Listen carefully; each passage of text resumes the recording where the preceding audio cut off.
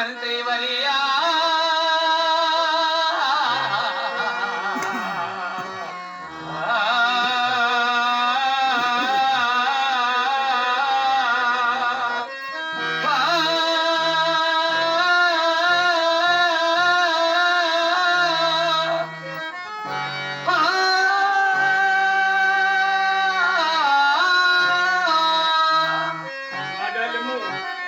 అలాగే వారి వేడుకలతో మన బాధలు తొలగిపోవును.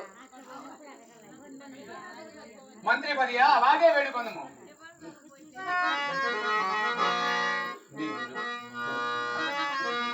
నిన్ను కఠినోత్ములు ఎన్నెన్నో ఎనినాడా తప్పులల్లియు క్షమించు దయనుగా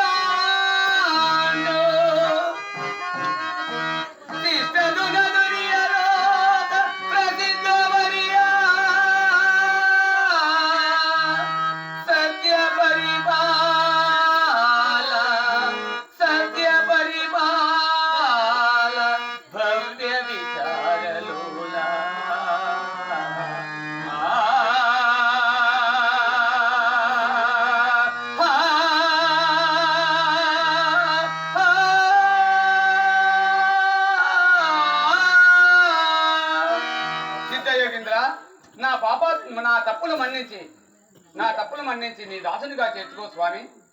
రాజా, నేను ఒకరిని శిష్యునిగా చేర్చుకునే అధికారం నాకు ఇవ్వలేదు. అలా ఎవరినైనా చేర్చుకుంటున్నా గురుదోషిన ఈ కర్మకు దూరమై పోవుటయే కాక గురుశాపాగ్నికి గురి ఏదను నానా కష్టాల పాలగదును. మీకలా శిష్యత్వం కావాలనన్నా కుదహాలముండిలచే మగ్గురు దేవుల ద్వారా నీకు శిష్యత్వం ఇప్పించదను. అంతవరకు నిశ్చిత్తముగా ఇండుము. రాజా, ఇక నేను పోయి వచ్చేదన్న నాకు సెలవు సంగుము. మంత్రి పుంగవ, నాది ఒక సందేహం మాత్రం మిగిలి ఉన్నది. రాజా, ఏమిటి ఆ సందేహము? శీఘ్రంగా తెలుపుము, తీర్చి వెళ్ళేదను.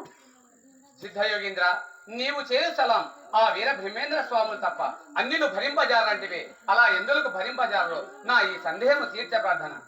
రాజా, నీ సందేహమును తీరాలంటే ఒక నల్లరాత గుండు తెప్పించి చూడము. అయితే ఇప్పుడే తెప్పించదము. ఎవరెక్కడ ఆ కనిపించు నల్లరాతి గుండు తెప్పించి సిద్ధయోగీంద్ర ముందుంచుము. ప్రభు.